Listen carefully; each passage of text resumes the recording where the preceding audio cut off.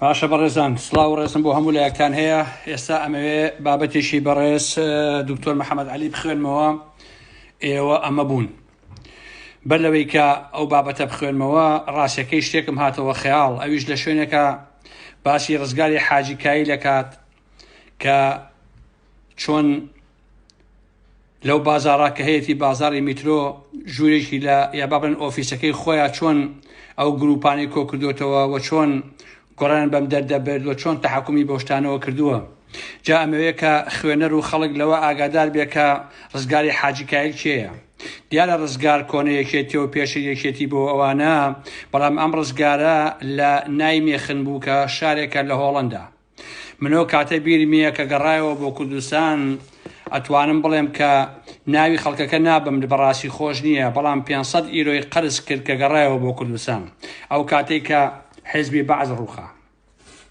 لەبەرەوەی کە ڕەفیقی نەوشوا مستەفا بوو، ئەوە بوو لە مانگی 4 2003 کە سەدام حوسێن ڕووخا ئەم ڕزگارە لەگەڵ حیمایە و لەگەڵ ئەو گروپەی کە لەگەڵ نەوشوا مستەفا بوون چوونە بەغا، ئەمیش وەکو مەسئولی ئەوانە ڕۆیشتە بەغا و لەوێ مایەوە. هەر لەو کاتەیە کەسێکە بوو کە نەوزەر جافی پێڵێن کە کەسێکی مەشهورە، چونکە زۆرێک لە ئەو کەسانی کە جاف بابلێن لە سیوچلەکان و چونەتە بەغا یەکێ بوو لەو کەسانە. ئەو کاتە ئەم نەوزەرە زیندانی ئەبێت لەوێ، بەڵام ئازاد دەبێت کە ئازاد دەبێت دوای ڕۆخانی سەدام حوسێن پەیوەندیەکە بەم ڕزگاری حاجیکاییلەوە بە بیانووی ئەوەی کە وەرحاڵ یەکە گرن کە چی بکەن و ئەو کاتە هەموو کەسی ئەو ڕاستیە زانێت کە یەکێ لە بانقە گەورەکانی بەغا ئەبڕن لەبەرەوەی کە ئەمانە وەرەقەی ئەمریکیەکانیان پێ بووە و لەگەڵ نەوشوا مستەفا بوون. وەرحاڵ لە ڕێگەی ئەو بانقەوە وردە وردە ئەمانە دەوڵەمەنە بن کە ئێستا هەم ڕزگاری حاجیکاییلوە هەم نەوزەر ئەتوانم بڵێم کە دوو دەوڵەمەنن لە سلێمانیە کە سەرەتای دەوڵەمەندبوونیان بەڕاستی لە ڕێگەی دزینی ئەو بانقەوە بووە لە بەغا کە ئەمە هەموو دۆستەکانیشیان ئەم ڕاستی ئەزانن لە واقعا خۆشەویستە. لەبەرەوە من ئەمەم تەنها بۆ ئەوە چونکە لەم باسی محەممەد عەلیە باسی ڕزگار هاتووە کە چیان کرد بە گۆڕان و چۆن کۆبوونەوەیان کردووە و چیان کردووە و چۆن کوڕی نەوشوا مستەفا دوای ئەم کابرایە کەوتون و زۆر شتی کێشەیە لە کاتێکی ترە حتمما باسی یەکەم. ئێستا ئەچینە سەر ئەو بابەتای خوێنینەوە. ئێوە ئەمە بوون لە نووسینی بەڕێز محەممەد عەلی. یەک، دوای مەرجی نەوشوا مستەفا گروپێک بەڕێبەرایەتی کوڕانی ناوبراو لە بری ملبلانێ کەوتنە دژایەتیەکی سەرسەختی عوسمانی حاجی مەحموود قادری حاجی عەلی. دوو، چیاو نما دەبێ وەڵامی ئەم پرسیارە بدەنەوە، ئایا تۆمەت و تەشیر بووە هەردوو کەسی ناوبراو بڕیاری دەرپەڕاندنیان ڕاستپاردەی باوشیان بووە؟ سێ، لە نەخۆشکەوتنی نەوشوا مستەفاوە گروپی هەستانەوە ناوبەناو کۆبوونەوەمانە کرد لە سەردۆخی گۆڕان. ئەندامانی گروپەکە زمناک و جەلال، عەلی حەمەساڵاح، ئارامی شێخ مەحەممەد، یوسف مەحەممەد، وشیار عەبدوڵڵا، عەدنان عوسمان و محەممەد عەلی. چوار، بەیانیەکەی ڕۆژی پێنجشەم 18/5/2007 یەک ڕۆژ پێش وەفاتی نەوشوا مستەفا وشیار عەبدوڵڵا ئاگاداری کردین کۆبوونەوەیەکی زۆر تایبەت و داخراو لە ماڵی ڕزگاری حاجیکایی لە یەکێک لە شۆخەکانی پاکستی ئەنجامەدەین. 5، کۆبوونەوەکە بە ئامادەبوونی حەمەد تۆفیق، عەدنان عوسمان، وشیار عەبدوڵڵا، ڕزگاری حاجیکایی، یوسف مەحەممەد بە یاری ملازم عومەر و بەندە بەڕێوە چوو. 6، ئەم کۆبوونەوەیە لەسەر ڕاستپاردەی حەمەد تۆفیق و وشیار عەبدوڵڵا بوو. لەلایەن ڕێکخرانی کۆبوونەوەکەوە تەکبیری چۆنیەتی بەڕێوەبردنی یەعلام و نیەتی موئامرەیەکی چنراو لە ئارادا بوو. 7، ئێوارەی هەمان ڕۆژ و دوای کۆبوونەوەکە حەمەد تۆفیقمان گەیاندە ماڵی نەوشوا مستەفا و ناوبراو بۆ ڕۆژی دوایی وەفاتی کرد. 8، لە پرسەکەوە جموجوڵەکانی ئەندامانی گروپی هەستانەوە جگە لە زمناک و جەلال و ئارامی شێخ مەحەممەد و بەندە بە سەرکردایەتی و ئاگاداری نماوچیا و حەمەد تۆفیق و ژمارەیەک گەنج و بەتەمەنی تر دەستی پێکرد. بە پیلان و پیلانێکی زۆر نائەخلاقی و بە ئاشکرا کەوتنە دژایەتی عوسمانی حاجی مەحموود و قادری حاجی عەلی. 9، لە ڕۆژی سێهەمی پرسەکەدا حەمەد تۆفیق داوای لێکردم بۆ بەردەوامی کۆبوونەوەکەی ڕۆژی 8/5/2007 کۆبوونەوەیشی ترڕێک بخەین. بە تەلەفۆن پەیوەندیم بە وشار عەبدوڵڵاوە کرد و وتم خۆت سەرۆکاری ئەو کۆبوونەوانە بکە و پێم باش نییە من بیکەم. لە گەرمەی پرسە و سەرخۆشیدا کوڕەکانی نەوشوام سەفا بیریان لای مڵک و پارە بوو. گردەکەیان خستە سەر ناوی خۆیان و وردە کارکرا بۆ گواستنەوەی KNN بۆ سەر کۆمپانیای وشە و دروستکردنی ماڵی نەوشوام سەفا وەکو پێگە و بنکەیەکی سیاسی نەوەک شوێنەشی کۆمەڵایەتی. 11 ئەو ئەندامانەی سەرەوەی گروپی هەستانەوە کە ئاماژەیان پێکرا بوونە دەمڕاست و جێبەجێکاری بەرنامە قێزەونەکەی حەمەد تۆفیق و نماوچیە. دژایەتی و دەرپەڕاندنی هەر کەسێ من نەدا بۆ مانەوەی مڵک و ماڵ و سەروەتی معنەوی نەوشوام سەفا بۆ کوڕەکانی تەوریسی دارایی و سیاسی. 12 یەکەم کاریان گواستنەوەی خاڵی کوڕەکان شۆڕش عەلی لە ژووری پەیجووریەوە بۆ بەرپرسی ئیداری و دارایی KNN. لەسەر ئەم بابەتە هەرایەک و گرژیەکی زۆر دروست بوو.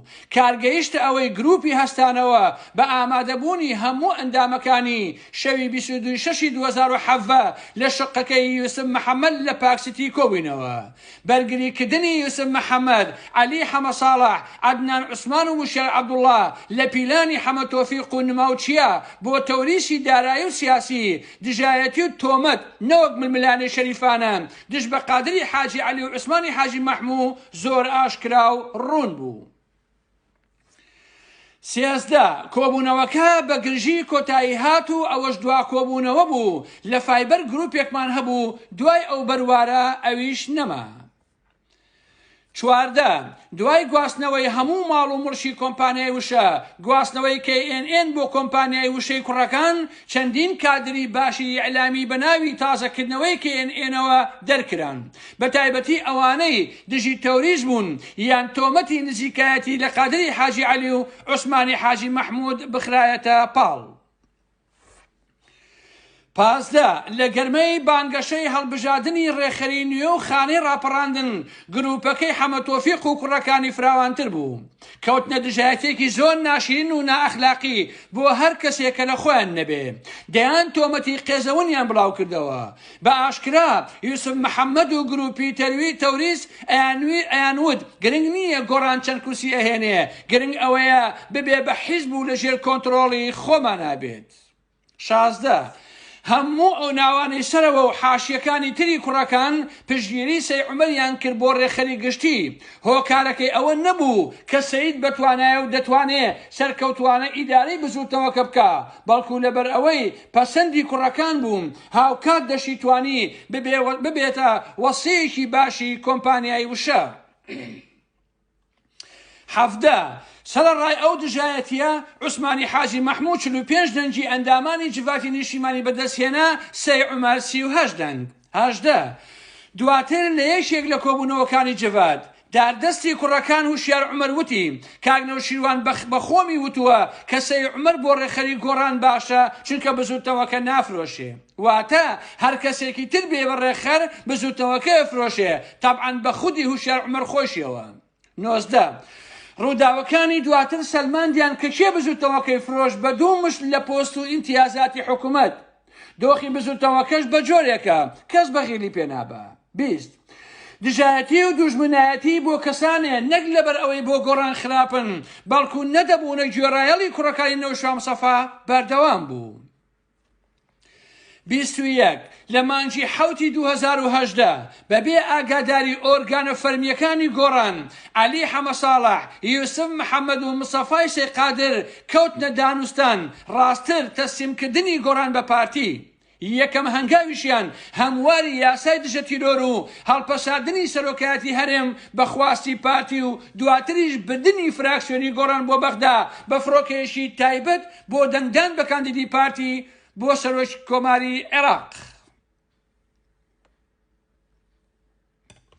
22 بە ئامادەبوونی چەند کەسێ یوسف محەممەد وتبووی عوسمان و قادر قادر و جەماعەتەکەیان چیان کردو بۆ گۆڕان و بۆ ناڕۆن دوای ماوەیەکی تروتبووی ئینقلابی سپیمان کرد و دەرمان پەڕاندن ئێستاش دوای ئەوەی نەبوو بە وەزیر لە کابینەکەی کازمی لە بەغدا و خۆی و هوشیار عەبدوڵڵا خۆیان لێ کردوینێتە ئۆشۆ و ناڕازی ئایارە 24 گوایانی گەرانن لە دۆخی بزوتنەوەکە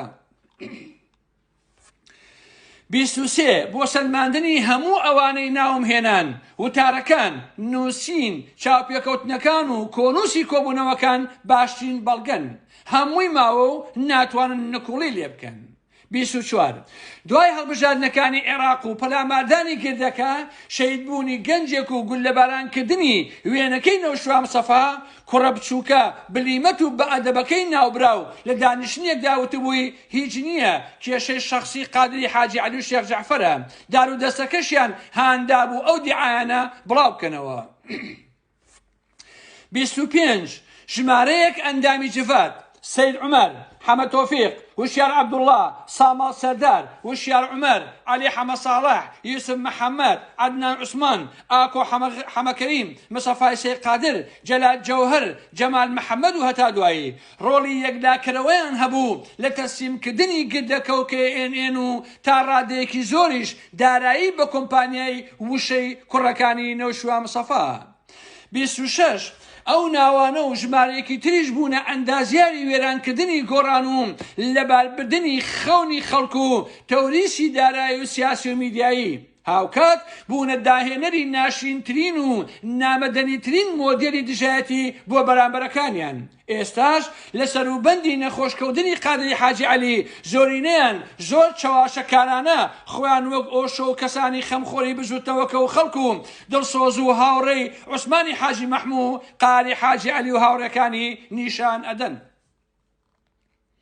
دەستی و برادەرە خۆش بێ بۆ بابەتەی بۆیە خوێن بۆ هیوادارم کە هەموو خەڵک لەو ڕاستیانن تێبگا کە حەقەتەکان چۆنن هیوادارم کە ئێوەیش گوێگرانی خۆشەویست لە ئاسوودەییا بژین